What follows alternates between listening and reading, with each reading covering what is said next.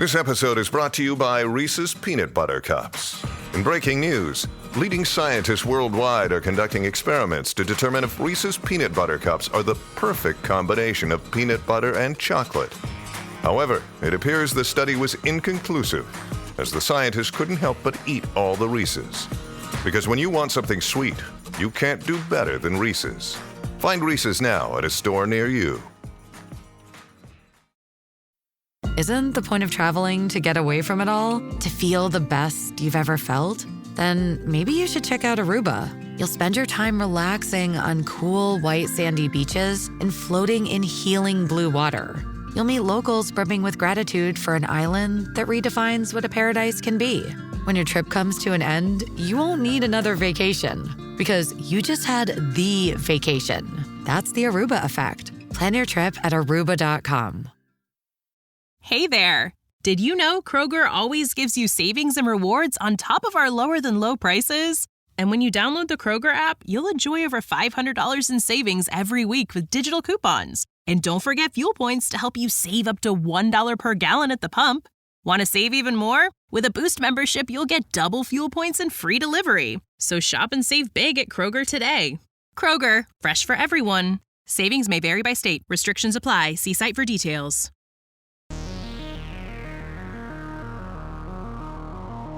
Hello and welcome to Want to Hear Something Weird, a weekly podcast about weird stuff. I'm one of your hosts, Tom. I'm Laura. Laura, I was going to ask you if you want to hear something weird. What if I said no? Well, it'd be a short episode. Be like, well, we'll be back next week and see if Laura wants to hear something weird or not. Well, I will tell you now, I do want to hear something weird. Okay. I don't know. So I've kept this topic from you. Yes, I'm completely unaware. What if I had kept the topic from you and then today I told you the topic is actually you? That would hurt my feelings. and I just went through like all these inconsistencies with your story. And strange anomalies that have been seen around you. It's not you. You're not the weird thing this week. Thank you. The weird thing this week is a little place called Antarctica. I've heard of it. You have heard of it. Okay, good. We're on off to a great start. You've heard of it. Have you heard about how weird Antarctica is? No. Okay. Well, let me start you with some of the like basic facts about Antarctica. Give me some Antarctica facts. To kind of lay the groundwork for how weird this place is. Great. So, 98% of the ground in Antarctica is covered by ice, and that ice is up to 4,800 meters thick. Mm-hmm. So it's like 2 to 3 miles deep, the ice throughout Antarctica. So, already that's a lot of ice. That's a lot. weird. If you took Mount Fuji in Japan and put it on the surface of Antarctica, the actual like ground, it would not reach through the ice. That's how thick the ice is. So there's just kind of no hope of being able to drill that deep through the ice or anything like that. In addition, the temperatures in Antarctica are negative 45 degrees Celsius all year round. And the wind speed on the ground reaches up to 320 kilometers per hour, which is fast, very, very cold. You die out there very quickly if you weren't in a properly insulated, heated building. So the only real structures there are for scientific research. Well, supposedly. So even in the peak season, even like in, I assume whatever, well, I guess it's in the southern hemisphere, so it'd be the opposite of us.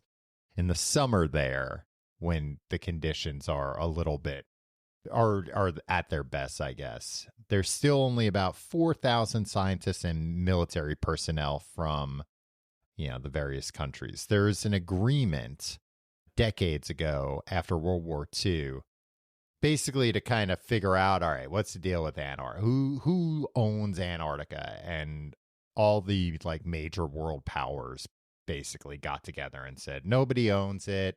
It's for research. We should, nobody should be able to go there and start like drilling for oil and things like that. Mm-hmm. We should try and all preserve this and study it and learn about it. But like I said, there's weird stuff there. First, let's start with the weird animals that have been purported to be seen in Antarctica. The first one that I have here on my list, the ningen.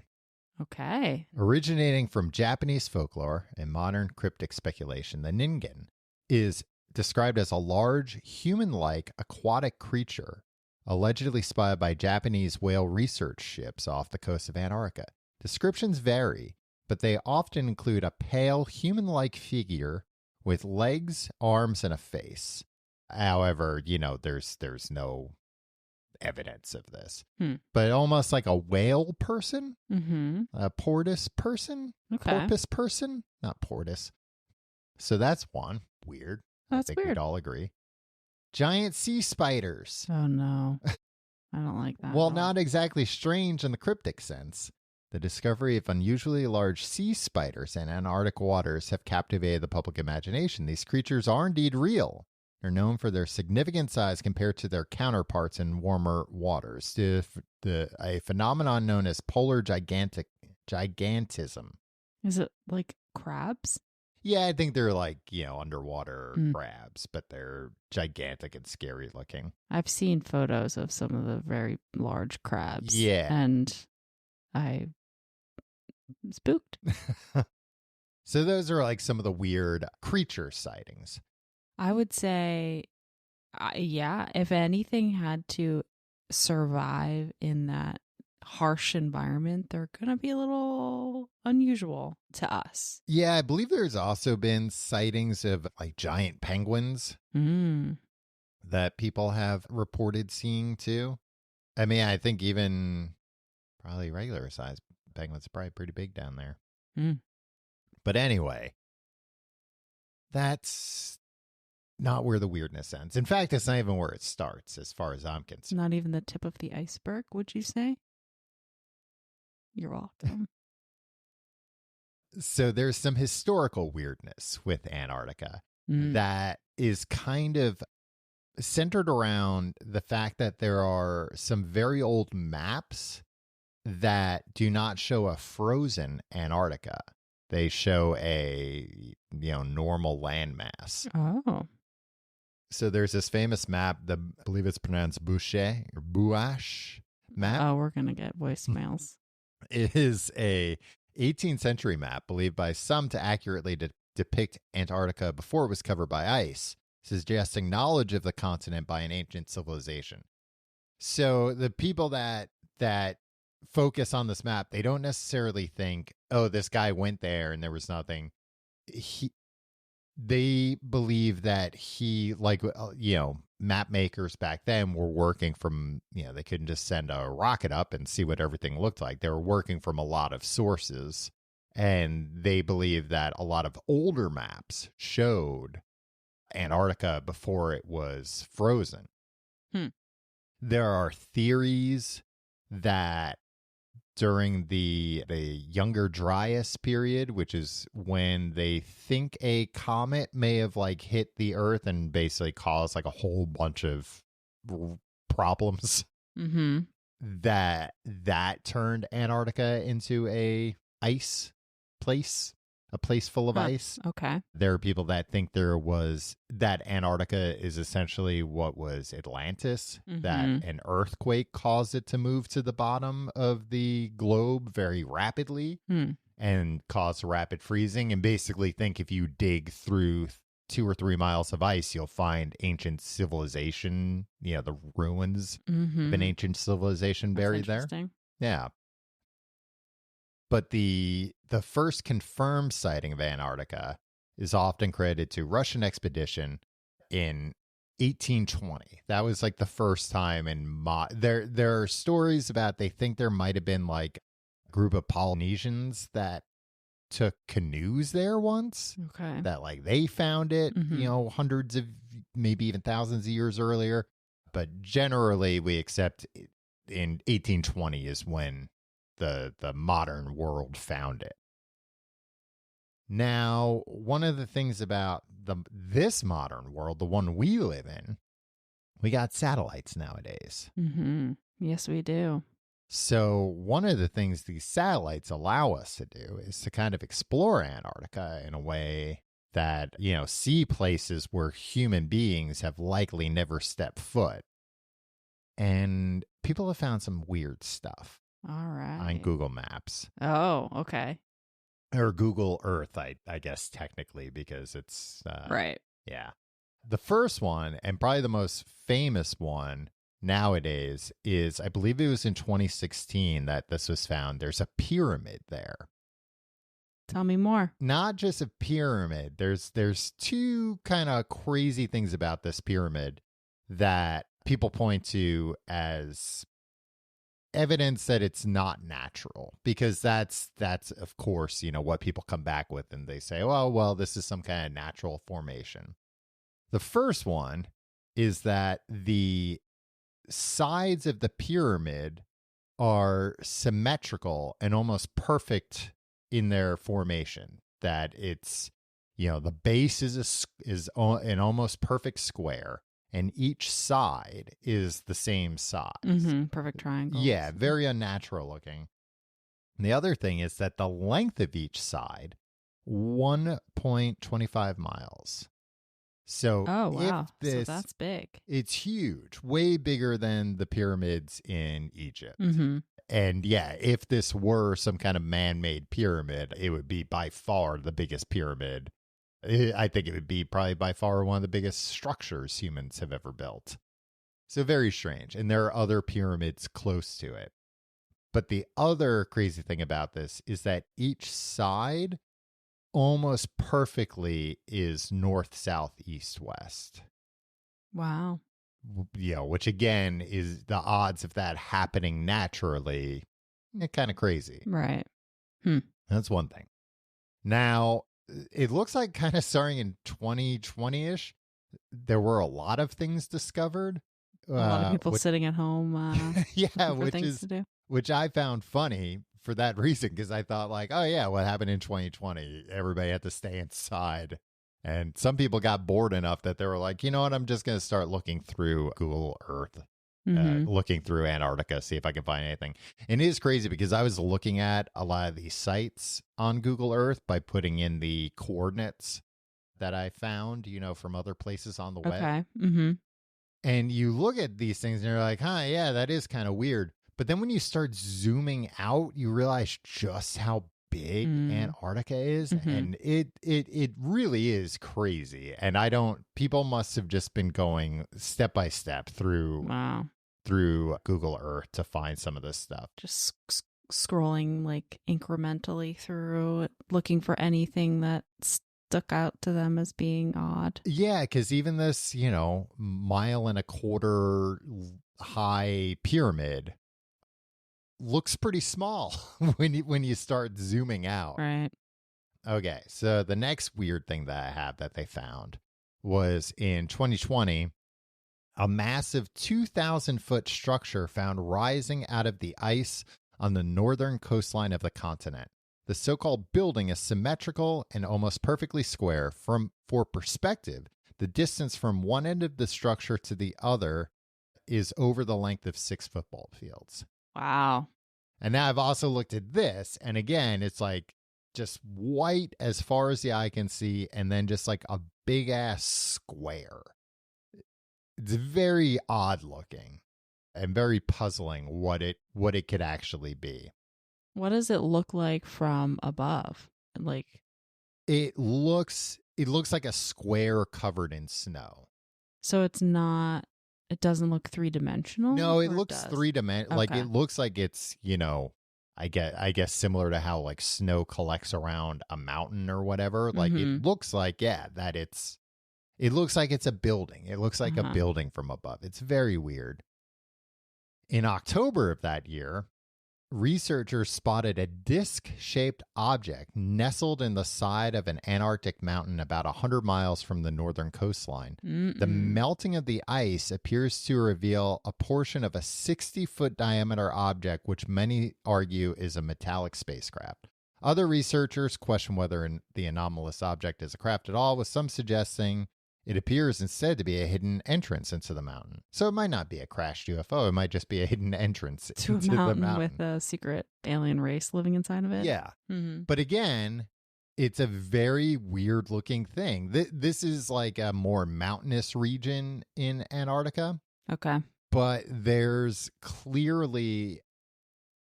there's just part of it that doesn't look natural. It looks like a typical flying saucer shaped object that's like embedded into the ice. It has a curve to it. It just doesn't look like anything else in that region. Did you see a photo of it? Yes. Is it weird looking? It's weird looking in that you just look at it and go, yeah, what the hell is that? How did that get there? How did that form naturally? This has nothing to do with what we're talking about, but which one of us do you think could say weird more times in this episode? I don't know. I think you might be winning a little bit. Yeah. I get. Well, it's my week to tell the story, so I'm telling the story. I could just chime in every time you make a point to say that's weird. Yeah, and I mean, honestly, there's really few other ways to describe what's going on in Antarctica than weird. Well, we're delivering on the promise that we made in the podcast, the name of the podcast. Yeah. So, and then in September 2019, which that destroys my point about this all just being 2020 boredom, finding this. It's 2019 boredom as well. Yeah, people could have been bored then too. The UFO community was abuzz when Italian researcher Matteo oh God, why'd I even start this? Italian researcher, now I've got to figure out how to say his name. Matteo. I apologize in advance. Ianio. Okay. Apologies for that. Posted the coordinates of a giant sculpted face near the Danielle Peninsula of southern Antarctica. The face features the distinct facial shape, eyes, nose, and mouth of a classic gray alien, leading UFOologists to question whether the massive 3,500-foot carving was created by an ancient alien race that once inhabited the region. And now you might be saying to yourself, wait, an ancient alien race that inhabited the region? Wow. I got something to tell you about them. They're still there? They might be. This show is sponsored by BetterHelp. What's the first thing you'd do if you had an extra hour in your day? Would you maybe go for a run? Would you take a nap? Would you read a book? Would you do something nice? Maybe volunteer or help a friend out? A lot of us spend our lives wishing we had more time. The question is, time for what? If time was unlimited, how would you use it? The best way to squeeze that special thing into your schedule is to know what's important to you and make it a priority. Therapy can help you find what matters to you so you can do more of it. I've personally benefited from therapy. It's something that I think everybody should at least give a try. It helps you learn positive coping skills. It helps you learn how to set boundaries and empowers you to be the best version of yourself. If you're thinking of starting therapy, give BetterHelp a try. It's entirely online, designed to be convenient, flexible, and suited to your schedule. Just fill out a brief questionnaire to get matched with a licensed therapist and switch therapists anytime for no additional charge. Learn to make time for what makes you happy with BetterHelp. Visit BetterHelp.com/wannahear today to get 10% off your first month. That's BetterHelp, HELP.com/wannahear, WANNAHEAR.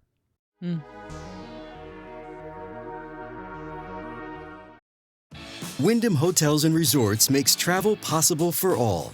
Whether it's the long haulers looking for a great cup of coffee, a roomier rest for the on-a-whim road trippers, or a place to make summer memories with the whole family. No matter who you are, where you're going, or why, with 24 trusted brands to choose from like La Quinta, Days Inn, and Super 8, your Wyndham is waiting. Get the lowest price at WyndhamHotels.com. Restrictions apply. Visit website for more details.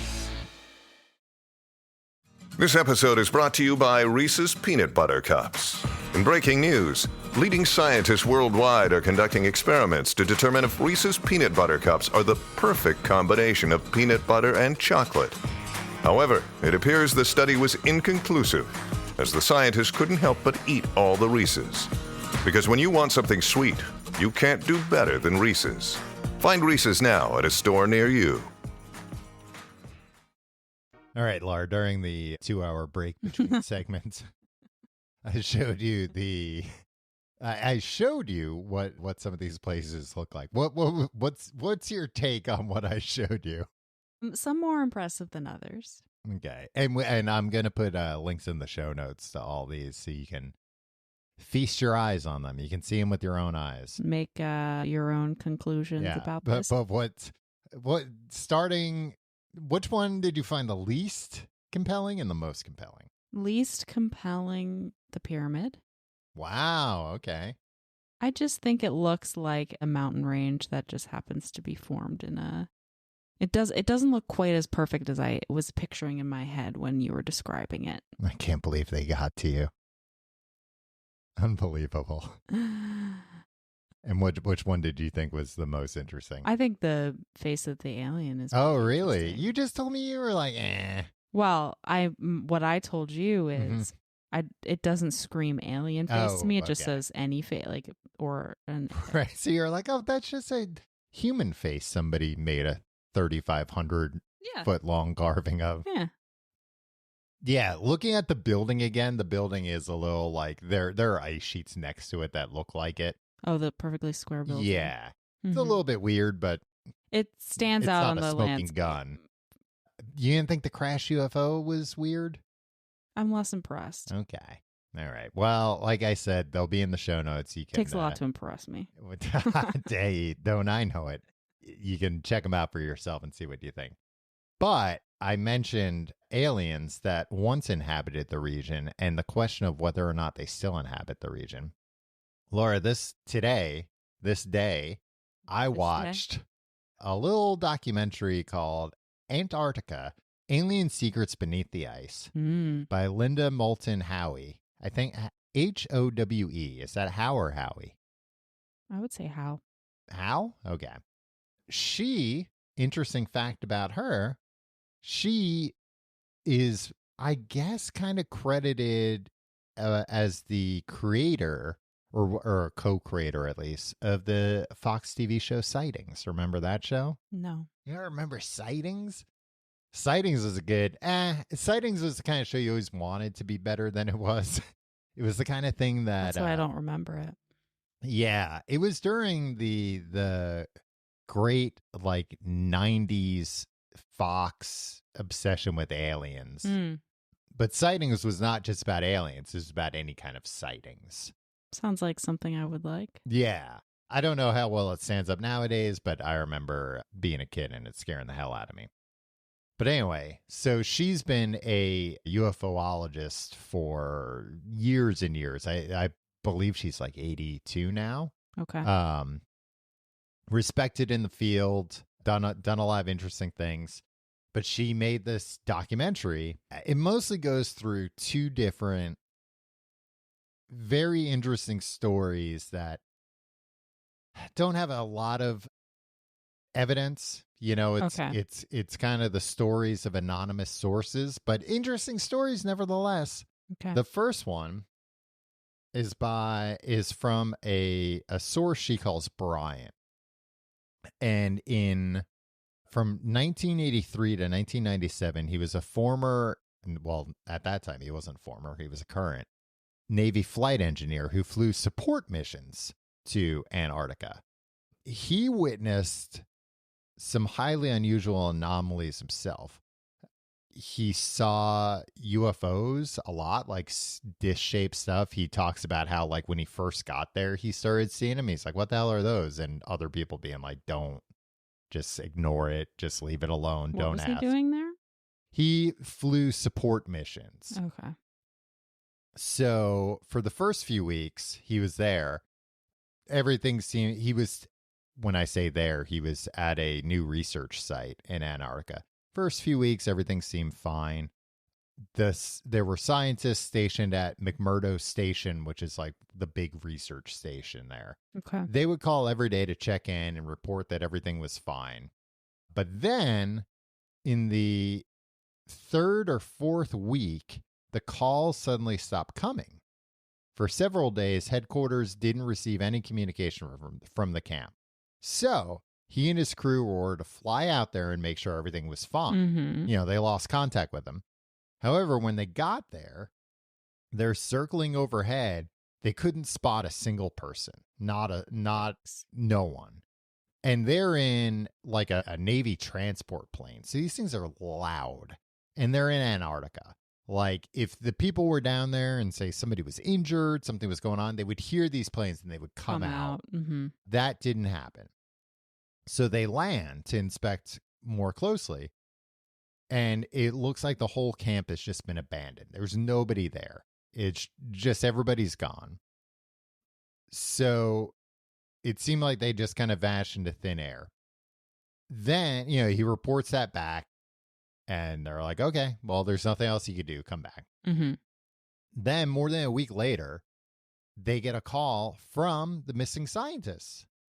Against all odds, they were still alive, but they were like in the wilderness with no shelter, nothing. What? So he was ordered to immediately go pick them up. And they had made like a little camp or whatever. They landed at the camp. As soon as they lowered like the ramp, because like I said, it was like a cargo plane. Mm-hmm. The scientists come running. They don't even stop to get their gear. They just pile into the plane like they couldn't get away fast enough. It was clear that there was something traumatic, something that terrified them. Do we know how many scientists? I believe it was like a dozen. Okay, wow. Is the story. Okay. During the whole flight back, not a single word was said by any of them. They all just seemed shell-shocked.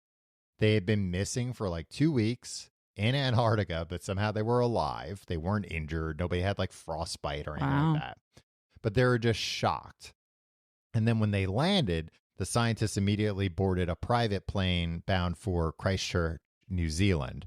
And then that was the last Brian ever heard of them. Okay. So that was it. Okay. So just a very weird, what the hell's going on type thing. I forgot to mention that this Brian had another story about another time in 1985 when this happened before, which is kind of what informed his suspicions around, this incident being very weird. They received an emergency call that scientists at Camp Davis that there was, I think, a boiler explosion. There was essentially a very bad accident, and they needed immediate medical attention. Mm-hmm.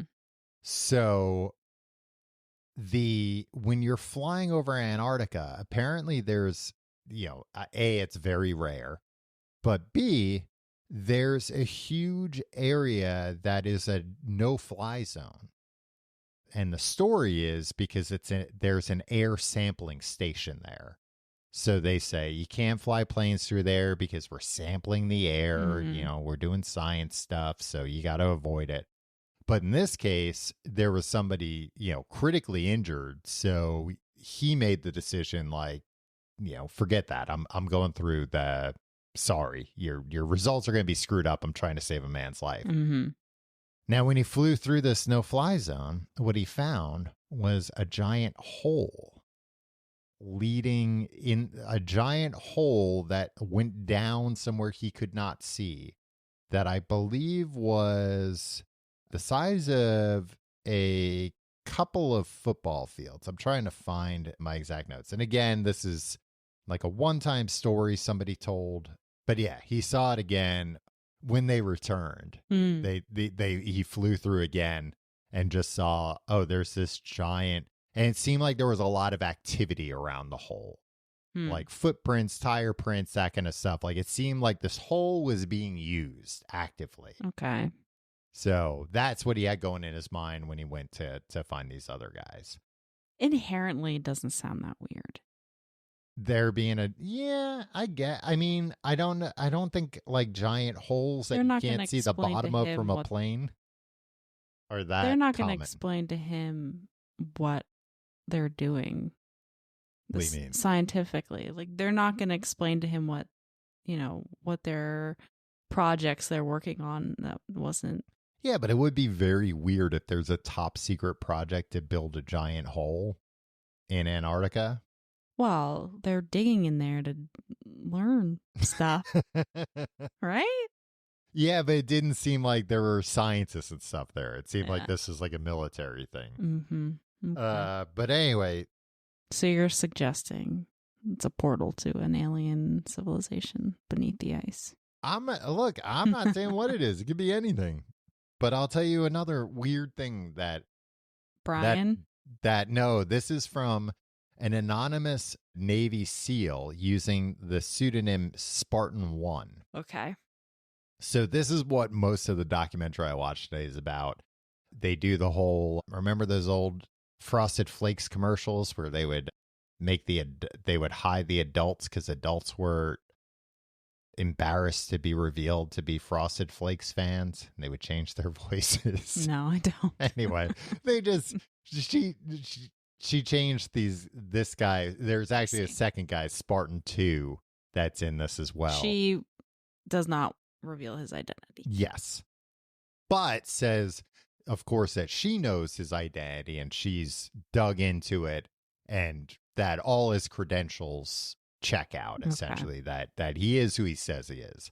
And his story is that in 2003, kind of a similar thing, he was sent on a mission to find a missing scientist.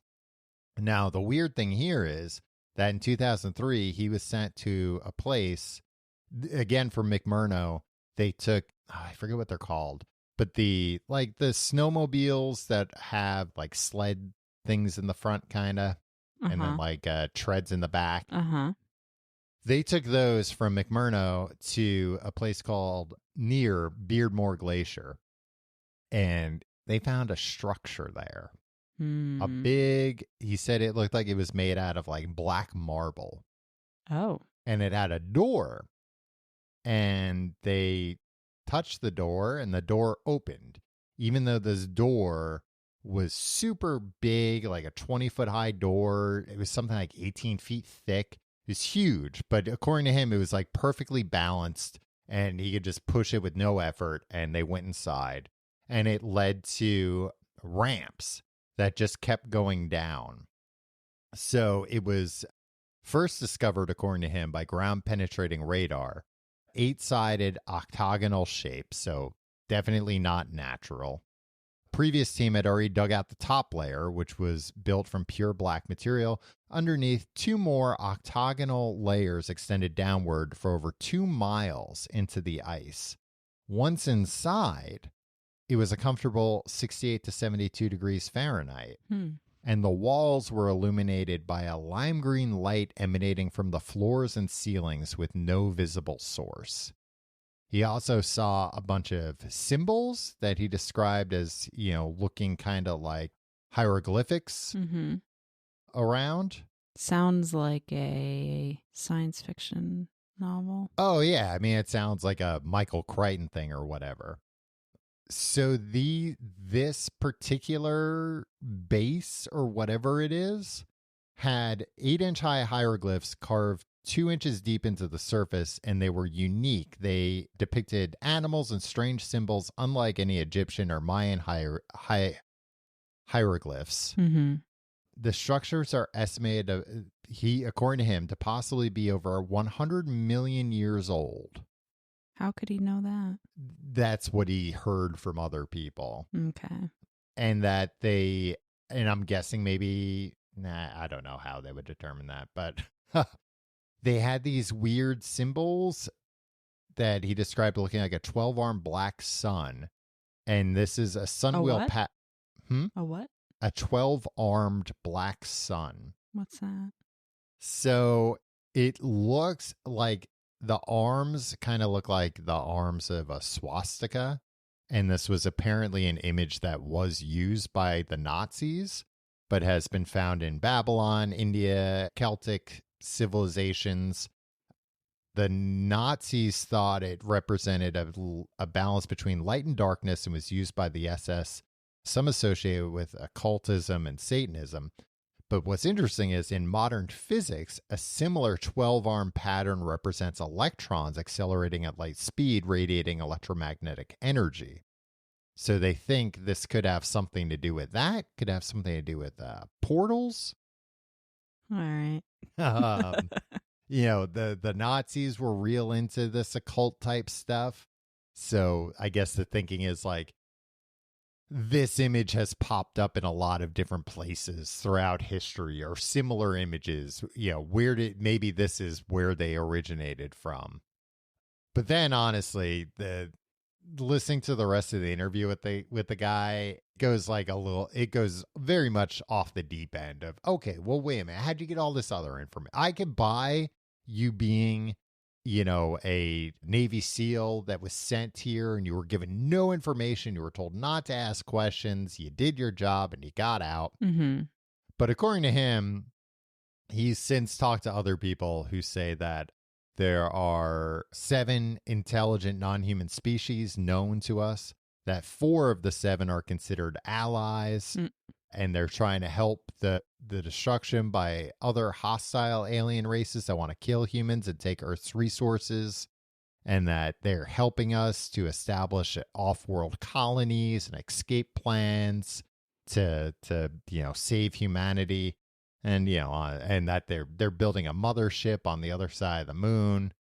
And I'm kind of like, all right. That's so a lot of lore. Yeah. Like, you found that, like, this other thing's really compelling. If that was your only story and you left there going, and I never found out what the hell it was. They told me they'd kill everyone in my family.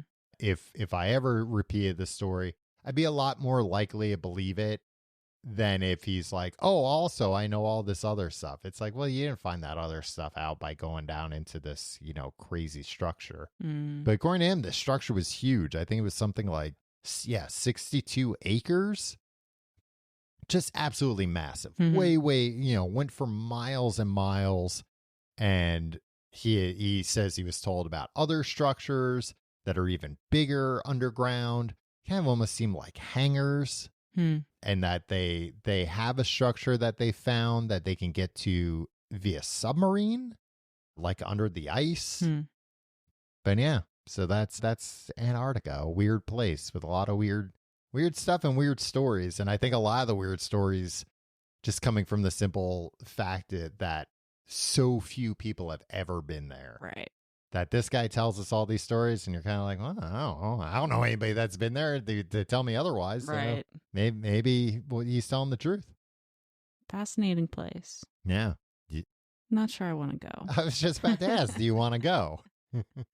I think it's one of those things, like, as a private citizen, you can go, but, it costs $10,000 or whatever minimum. Yeah. You have to go with, like, an expedition, and you're funding scientific research. Right. Yeah, right. All that money is going right back to the aliens to build the moon base. They don't need money. They don't need it. Anyway, that's it for this week's episode. I want to hear something weird. If you like the show, why not give us a 5-star review on Apple Podcasts or a nice review on Spotify? That really helps people find the show. And why not share the show with the people you care about who are also weird? And you can follow us on social media. Want to Hear Pod? We're on Twitter. We're on Instagram. We're on TikTok. Laura, any parting words?